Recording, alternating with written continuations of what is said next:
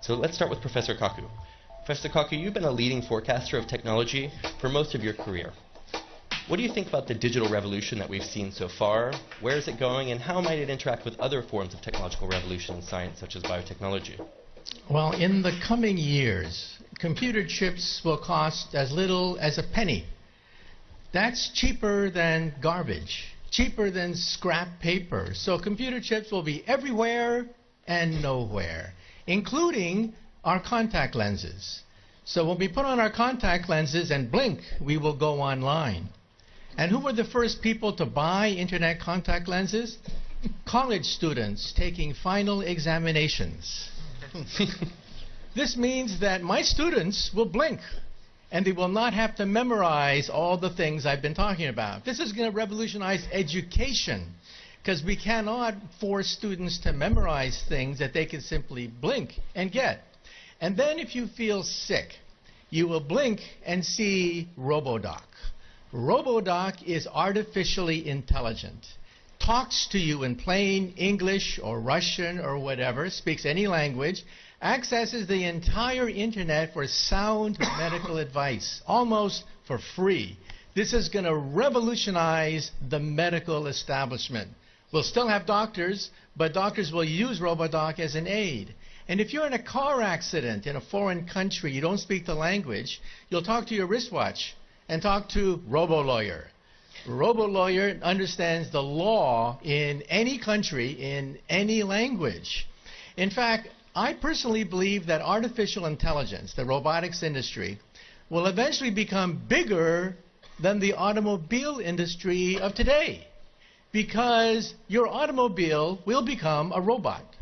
You will talk to it. You will argue with it. You'll have discussions with your car about the best route to take. And when you want to park the car, you simply tell your car, park yourself. And the car parks itself. This is going to revolutionize urban economics when you don't have to worry about parking anymore. And then the next organ to be digitized is the brain.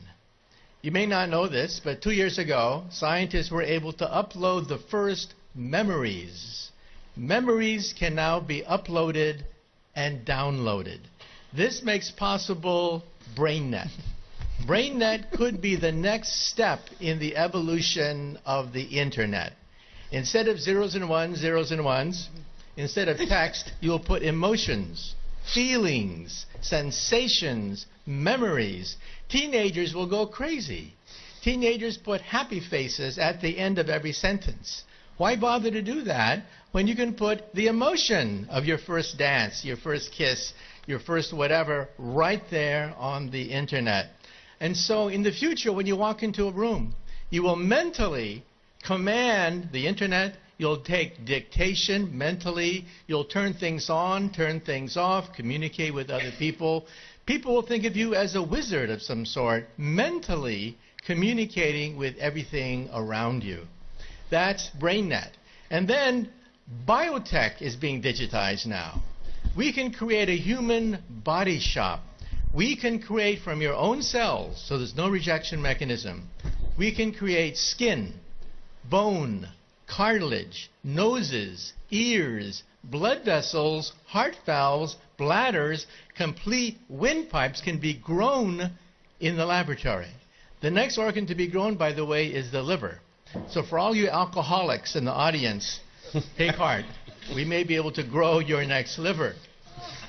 So even the economy is now being digitized into something I call perfect capitalism. You see, capitalism is based on supply and demand. But you don't know who's cheating you when you buy something. You don't know what the profit margin is. In the future, your contact lens will scan everything in a store, tell you who's cheating you, tell you who has the best product, what is the profit margin on every single thing that you can scan with your contact lens. And so capitalism becomes perfect. Perfect supply and demand. This means that there are winners and losers. The losers will be middlemen. Because why did Amazon become so big?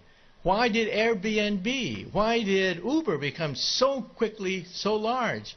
Because they digitized the middlemen.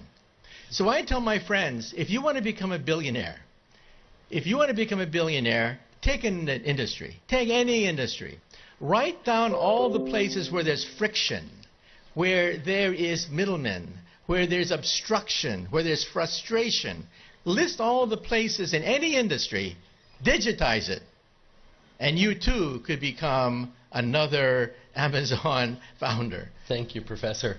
In good futurism, that is a future with both inspires and terrifies. So thank you.